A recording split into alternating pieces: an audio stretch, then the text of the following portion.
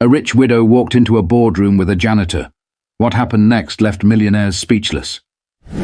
The air inside the Harrington Enterprises boardroom was thick with anticipation. The kind that makes people sit up straighter, exchange glances, and whisper under their breath. A high-stakes meeting was about to begin, one that could determine the company's future.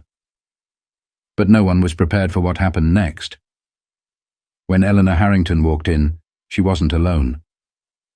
Her sharp heels clicked against the marble floor as she moved with the kind of quiet confidence that made even the most arrogant men in the room shrink in their seats.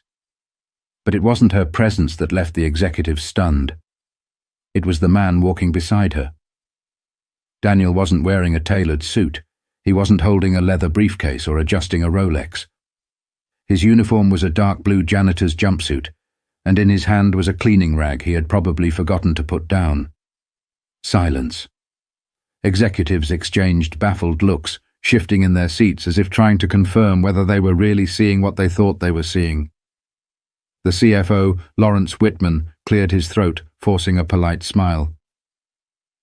"Mrs. Harrington, Eleanor raised a hand, cutting him off before he could embarrass himself further. "I invited him." Daniel looked down, clearly uncomfortable. His shoulders were stiff, and he wasn't making eye contact with anyone. It was as if he had been dropped into the wrong world, a place where he didn't belong. And yet, here he was. The executives were waiting for an explanation. This was supposed to be a critical business meeting with shareholders. Numbers, profits, losses. The kind of conversations that happened behind closed doors, with suits and cigars and deals whispered over steak dinners. Not janitors. Eleanor took her seat at the head of the long glass table. She tilted her head slightly, as if enjoying the discomfort in the room. Then, after a pause that felt like forever, she spoke.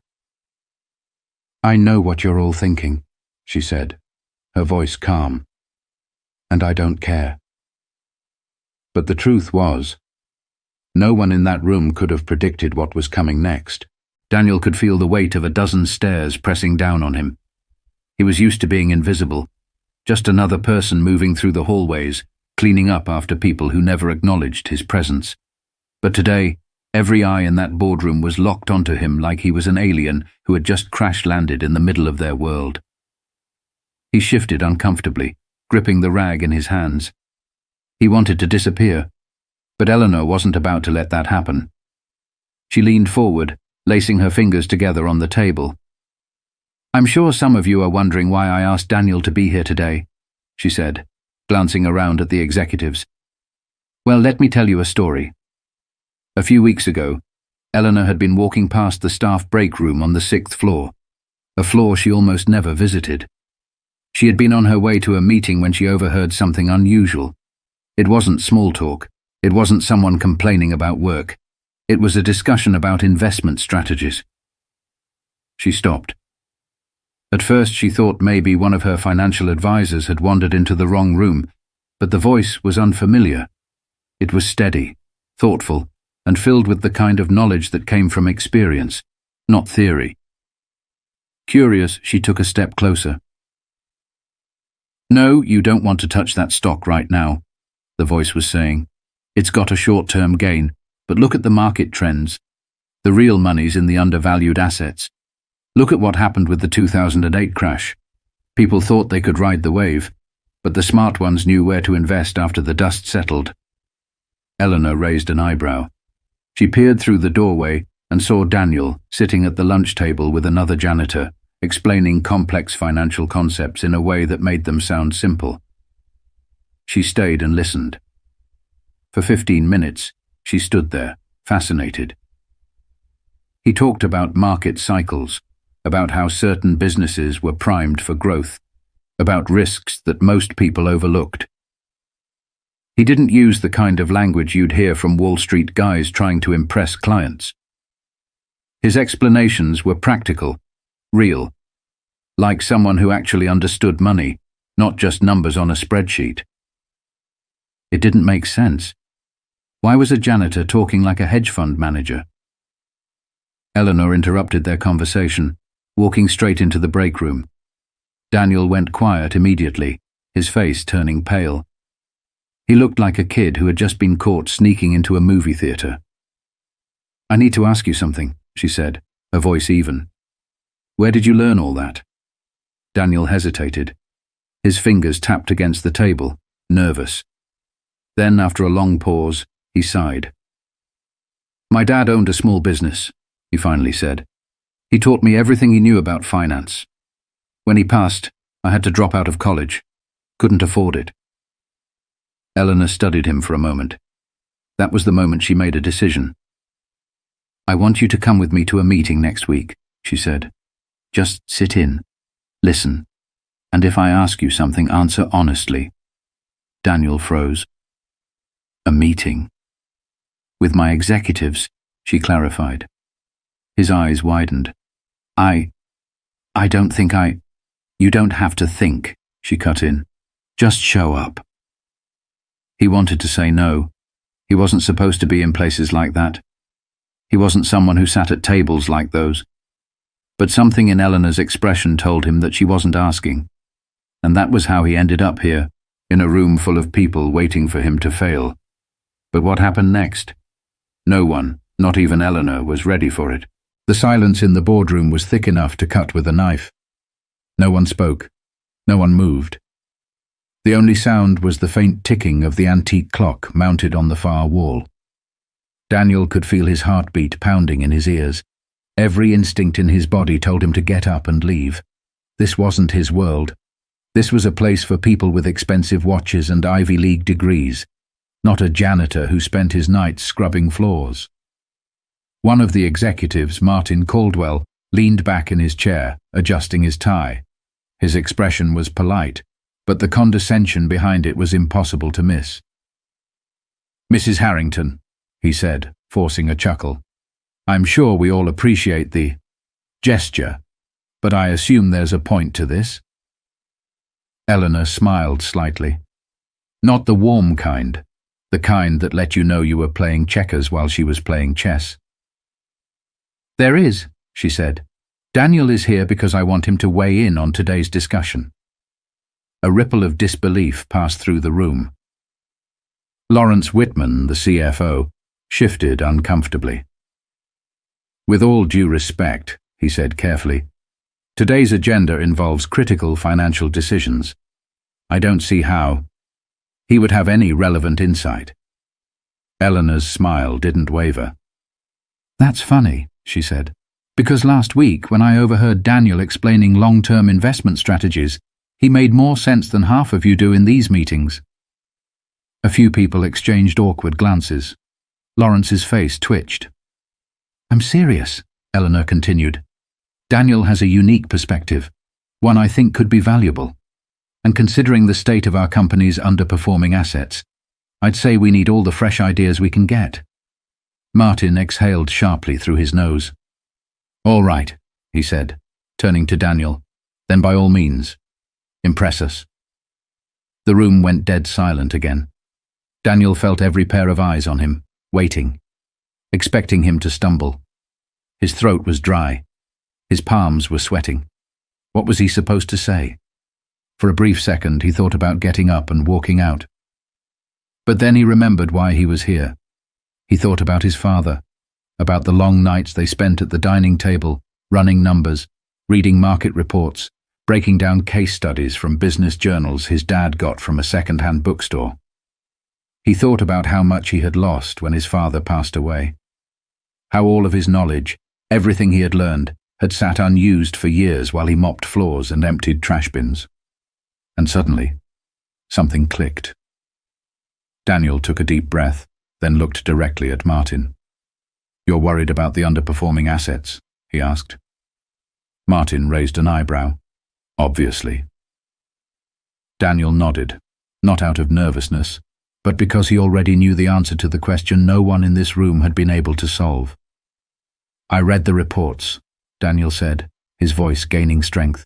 "The problem isn't the assets. It's how you're evaluating them." Another murmur swept through the room. Martin scoffed. "Oh, And how do you suggest we evaluate them? Daniel leaned forward slightly. He wasn't nervous anymore. The same way a smart investor looks at a company during a recession, he said. Not by its current value, but by its potential value. The murmuring stopped. Eleanor smiled. This was exactly what she had been waiting for. But the real shock? That came when Daniel started breaking down numbers that even the top executives had overlooked. The room had changed. A few minutes ago, Daniel had been a janitor, an outsider, a man who didn't belong. But now he had their attention, real attention, the kind that only comes when people realize they might have underestimated someone. Badly. Martin leaned back in his chair, arms crossed. His smirk was gone. All right, he said slowly. Let's say we're evaluating potential value instead of current value. What exactly are we missing? Daniel exhaled.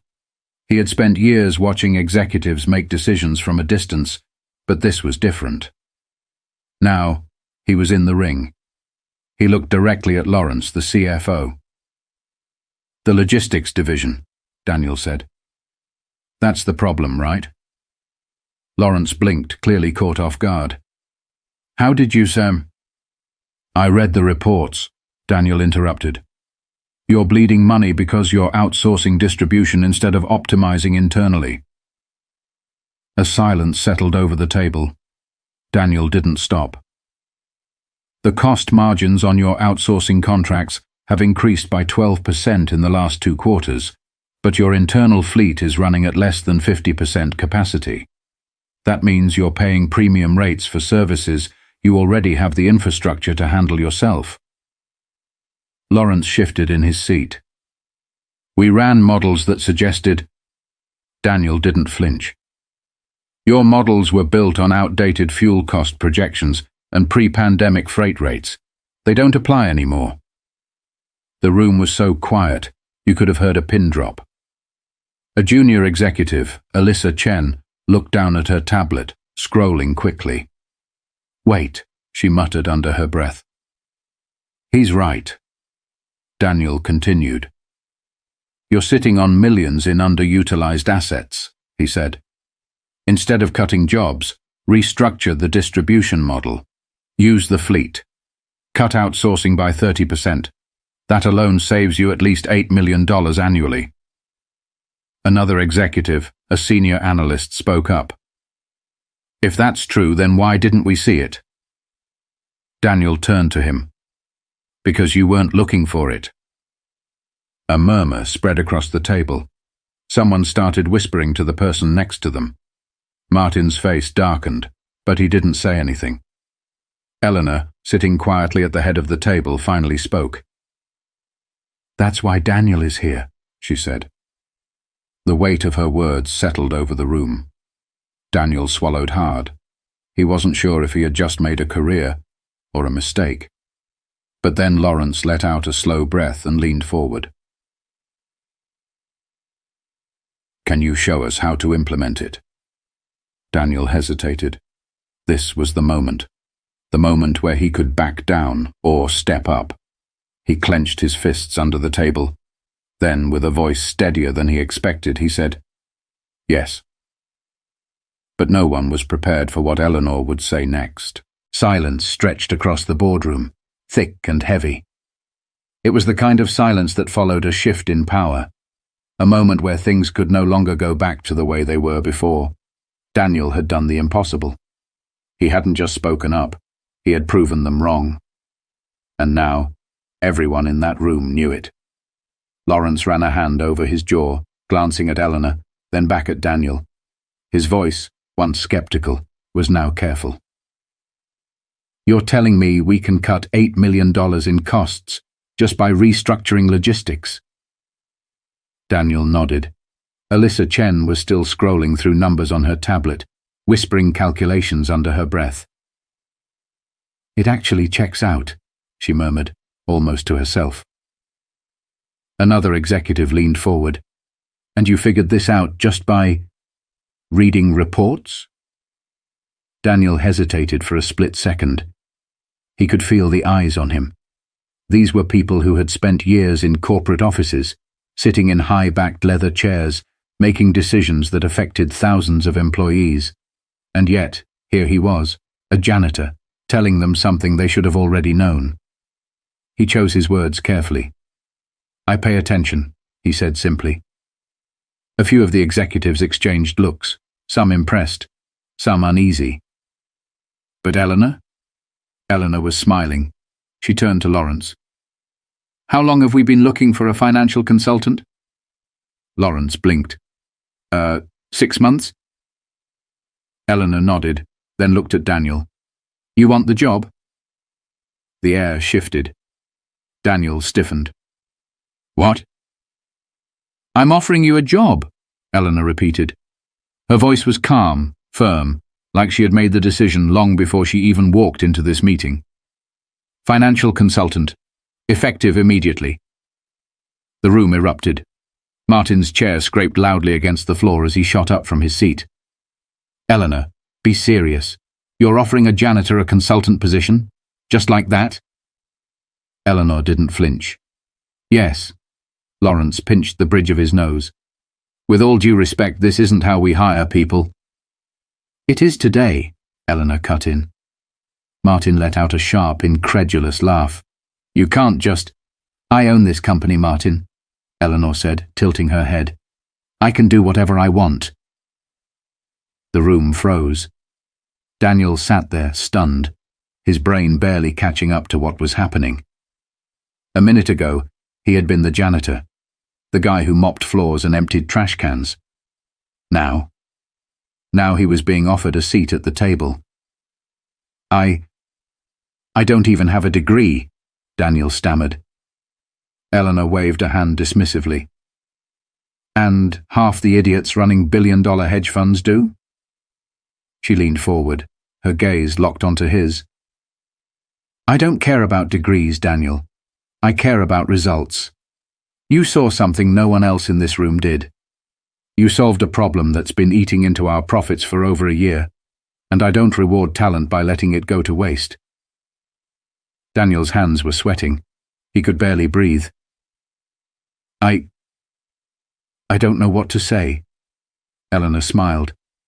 "Say yes." He should have hesitated. He should have overthought it. He should have worried about the fact that he didn't belong in a world like this. But for the first time in years, he didn't feel like a janitor anymore. He felt like someone who had earned his place. Daniel took a deep breath, and then he said the one word that would change his life forever. "Yes." But what happened after that? No one, not even Daniel, was ready for the truth that came next. The room was still buzzing when the meeting wrapped up. Executives whispered among themselves, some still reeling from Eleanor's decision, others secretly impressed by what had just happened. But Daniel was still trying to process it all. 1 minute he was a janitor. The next, he was a financial consultant at one of the most powerful companies in the city. It didn't feel real. As the board members filed out, Eleanor remained seated, watching Daniel with the kind of knowing look that made it clear. She had planned this from the start. "Walk with me," she said. Daniel hesitated, but he followed. They stepped out of the boardroom and into the private elevator, a place he'd never been before. The doors slid shut with a soft hum. For a moment, there was only silence between them. Then Eleanor spoke. "You think this was luck?" she asked, pressing the button for the top floor. Daniel shifted uncomfortably. "Wasn't it?" She let out a quiet laugh, shaking her head. "No, Daniel, it wasn't." The elevator climbed higher. Daniel frowned. "I don't understand." Eleanor turned to him, her sharp gaze locking onto his. "I did my research," she said. "Before I ever walked into that break room, before I invited you to this meeting, I already knew everything about you." His stomach tightened. "What?" "I know your father owned a small business. I know you had to drop out of college when he passed away. I know you've been working jobs beneath your abilities because life didn't give you the luxury of options. Daniel swallowed hard. His fingers clenched at his sides. She continued. I also know that for the past 3 years, you've been reading financial reports in the janitor's closet during your breaks. I know you check stock trends on your phone before you clock in, and I know that every single person in this company has overlooked you. Until today. The weight of her words settled deep in his chest. This wasn't random. It wasn't a whim. She had been watching him. Daniel didn't know what to say. The elevator dinged. The doors slid open, revealing Eleanor's private office, a place most people in the company had never even seen. Floor-to-ceiling windows stretched across the entire room, showcasing the city skyline. She stepped inside, motioning for him to follow. This company needs people who see things differently, she said, walking toward her desk. People who don't just sit in meetings, nodding along to bad decisions because they're afraid to question them. She turned to face him. That's why I hired you. Daniel exhaled slowly, his mind racing. I don't know if I can do this, he admitted. Eleanor tilted her head slightly. Why not? He let out a dry laugh. Because I've spent my entire life being told I wasn't someone who gets jobs like this. Her eyes narrowed.